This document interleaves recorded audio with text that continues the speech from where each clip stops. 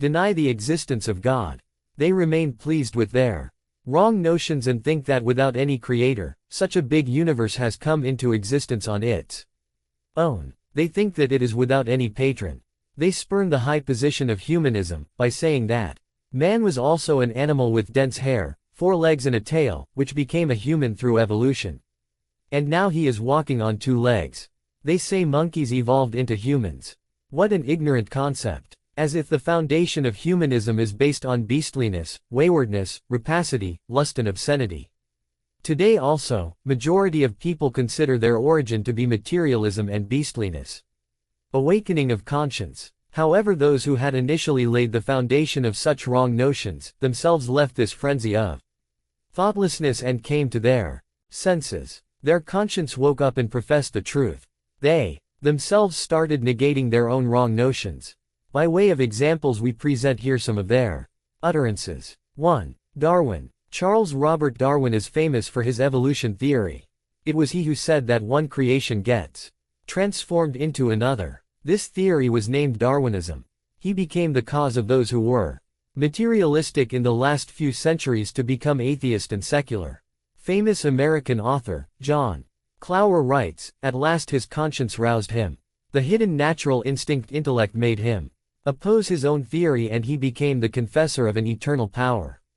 German intellectual Ben has confessed in his book Aslul Anwa that it is impossible for a matured intellectual, after seeing the astonishing arrangement of the universe and its harmony, to deny that there is a creator of such a wonderful world, who is powerful and a fountainhead of wisdom.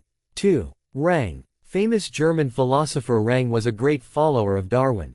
He was very much against those who believed in God, but under the hallowed pressure of conscience, that is under the hidden natural instincts, he rectified his perception and wrote a book, World as a Creation.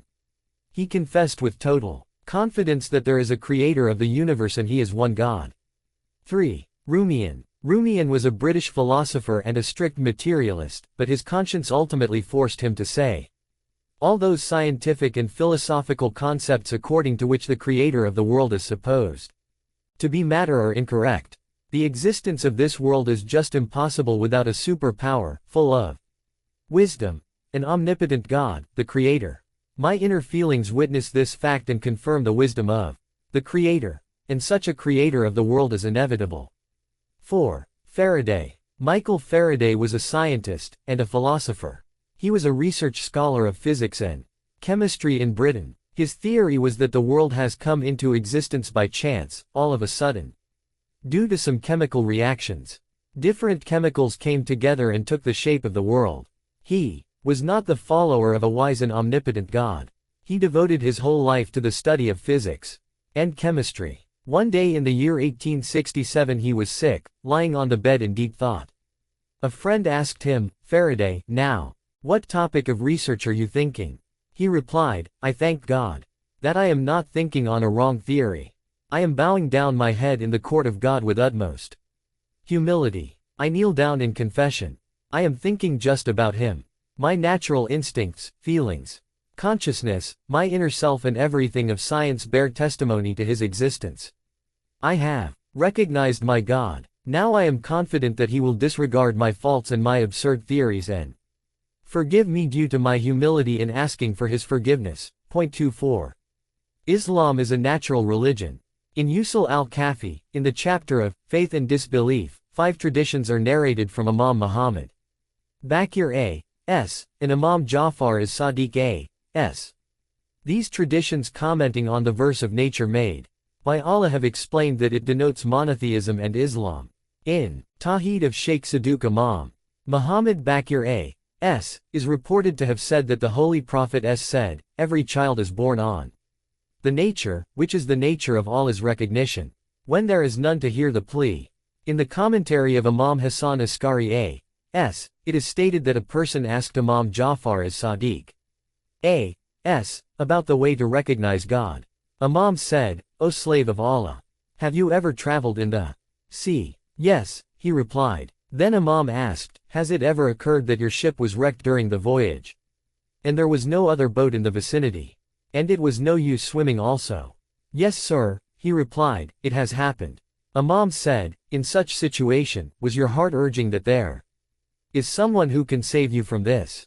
Yes, he confessed. Imam said, the entity to which your heart was attentive to, that only he can save you from this holocaust, is Allah. When there is no one to save you, and when no one is there to listen to your plea for help, in such circumstances only Allah is there to save you and only He is there to listen to your plea. Divine help to seek knowledge.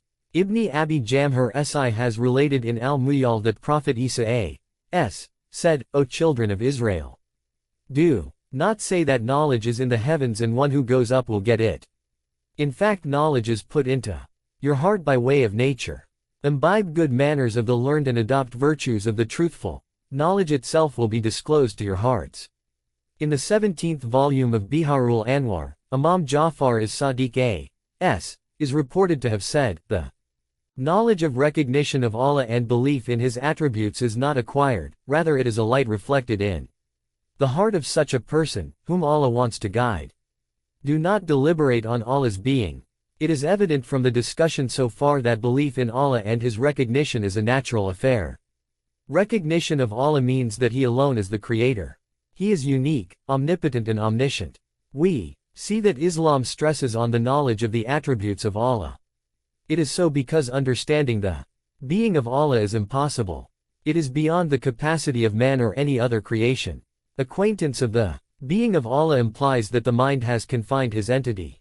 However, it is not possible for creation to confine the entity of the Creator.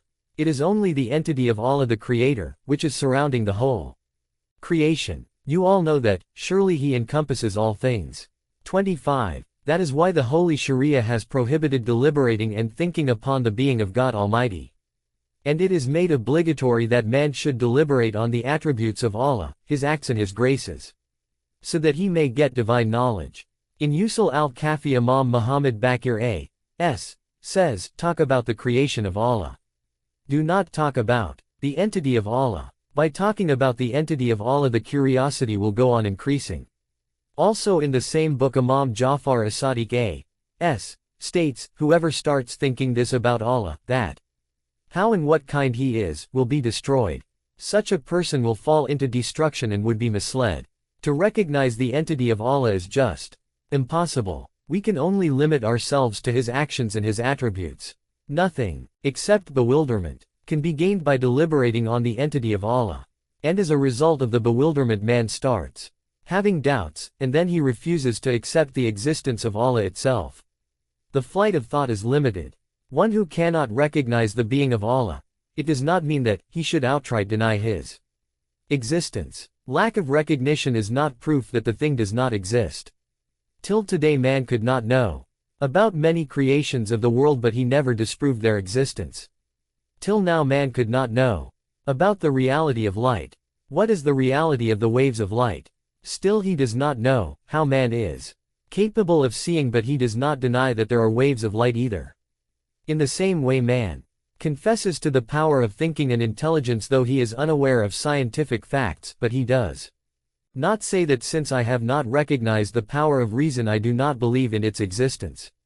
How we believe in the unseen God.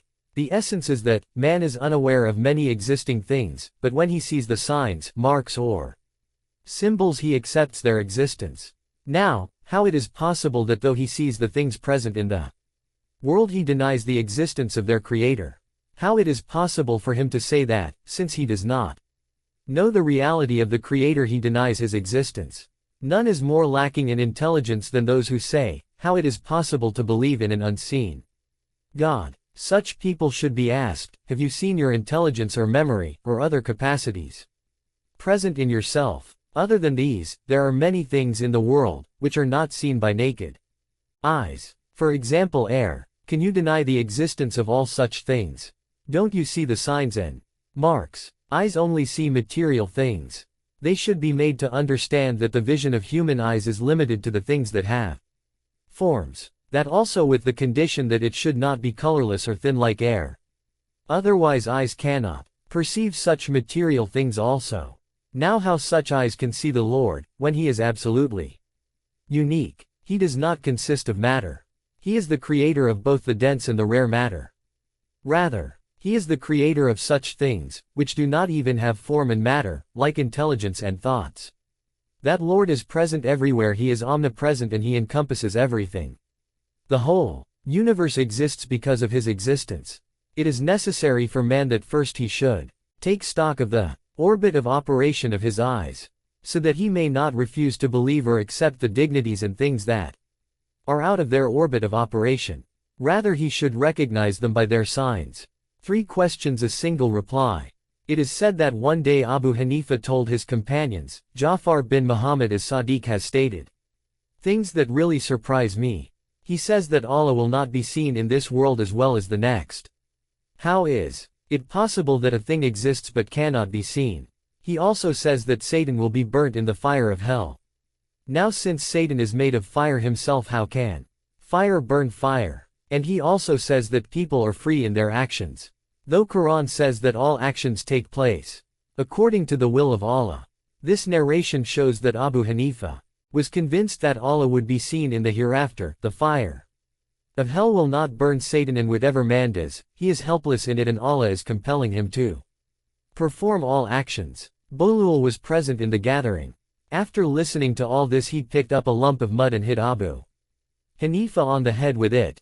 Abu Hanifa started bleeding from his head and Bulul ran away from the scene. Abu Hanifa filed a complaint in the court of law and Bulul was produced. The judge asked him the reason of such behavior. Bulul said, Abu Hanifa has objected to 3 things, which Imam Ja'far as-Sadiq A.S. had said.